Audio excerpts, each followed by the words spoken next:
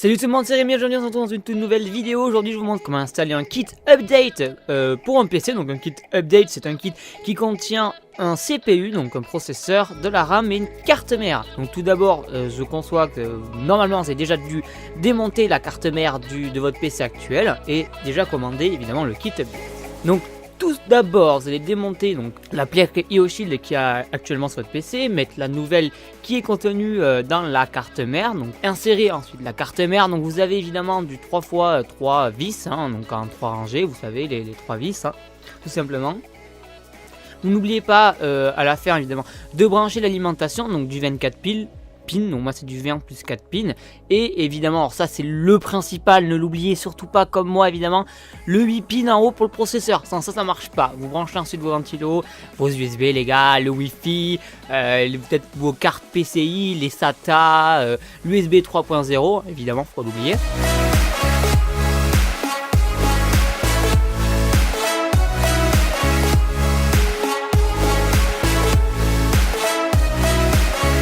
Ensuite moi, donc pour les RAM, j'ai des 2x4 Go en DDR4, donc 8 Go en tout, en 3200 MHz. Donc de base la carte va maximum 2600. Donc on va hausser un peu tout ça, évidemment, pour que ça fonctionne avec ces fréquences-là. Et ensuite un petit Intel Core i7 6700K, cadencé de base à 4 GHz et qui peut monter simplement, juste avec un bouton et la carte mère, à 4,4 GHz, donc c'est pas dégueulasse, on ne crache pas dessus. Donc c'est l'avant-dernier, donc c'est le processeur de 6ème génération, parce qu'actuellement il y a le 7ème génération, le 7700K. Donc tout d'abord vous démontez, vous enlevez la boîte, le processeur qui est dedans. Le processeur est inclus dans une petite pochette plastique. Vous l'ouvrez, vous le sortez, donc vous pouvez voir il n'y a pas de pin puisque c'est des LGA, donc c'est juste à coller. Sur votre carte mère, là où il y a le processeur, il y a un petit tiroir, donc un petit levier. Vous prenez le levier, vous le soulevez, donc là le tiroir s'ouvre très simplement, il n'y a pas plus difficile que ça les gars.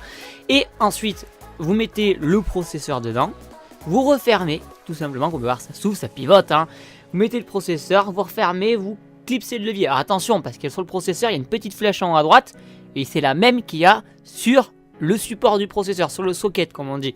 Voilà, le truc qui est gris et les petites pins, c'est le socket. Dessus, une petite flèche, il y a la même sur le processeur, ne vous trompez pas. De toute façon, en tous les cas, le processeur, normalement, quand il est mis, les écritures sont censées être à l'endroit. Donc, si l'écriture n'est pas à l'endroit, je vous conseille de vérifier 2 fois avant.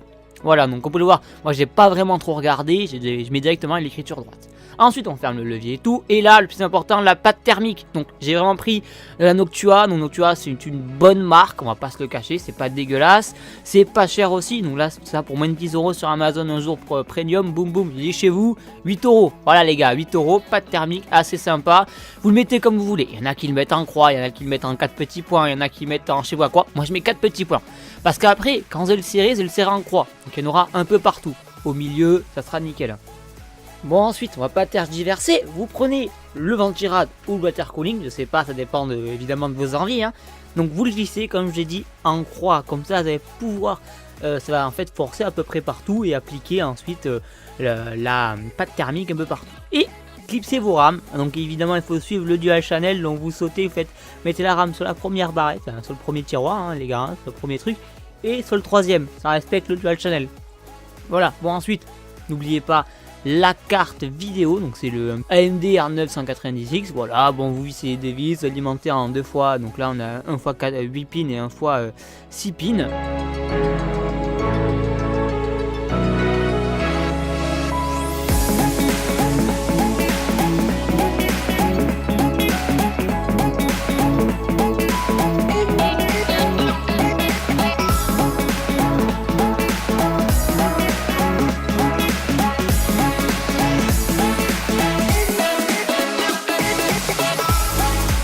Et ensuite tout simplement vous mettez le switcher en bas de l'alimentation sur on, vous branchez votre carte donc en HDMI, que ce soit sur la carte vidéo ou sur la carte, vous savez la carte graphique intégrée au processeur, donc la Intel HD directement sur le port HDMI de la carte mère, et vous démarrez puis vous croisez les doigts. Bon les gars, à ce moment là regardez les LED de debug, puisque bon en ce moment c'est la mode, les LED de debug, donc c'est une petite lampe qui s'allume, genre il est marqué SSD, enfin HDD à côté, donc un disque dur, il y a marqué CPU, c'est votre CPU est mal mis, c'est marqué RAM, bon c'est votre RAM elle est morte, morte, soit qu'elle est mal mise, pas au bon endroit, soit elle est morte. envoyer, voilà, vous avez le choix. Et généralement, le premier démarrage ne marche pas. Voilà, moi clairement, le premier démarrage n'a pas marché. J'ai dû le faire démarrer 2-3 fois, forcément, parce que j'ai mis évidemment mon HDMI sur la carte vidéo. Je crois que de base, c'était sur la carte intégrée. Donc il s'est dit, tiens les gars, carte intégrée, il n'y a rien du tout. Donc on annule et on met tout sur la carte externe. Bon, c'est ce qu'il a fait. Au final, j'ai l'ordi. Il fonctionne. Donc voilà, j'espère que cette vidéo vous aura plu. Donc n'oubliez pas, absolument pas de me suivre sur les réseaux sociaux tels que Facebook, Twitter, Instagram, de vous abonner sur ma chaîne. Donc juste en bas, là, il est marqué Rémi Tellier, abonnez-vous, abonnement, je sais pas quoi. Et la petite cloche en bas, c'est la petite cloche, ça permet de vous notifier lorsque je sors une vidéo. Et sur ce, je vous dis à la prochaine. Ciao tout le monde.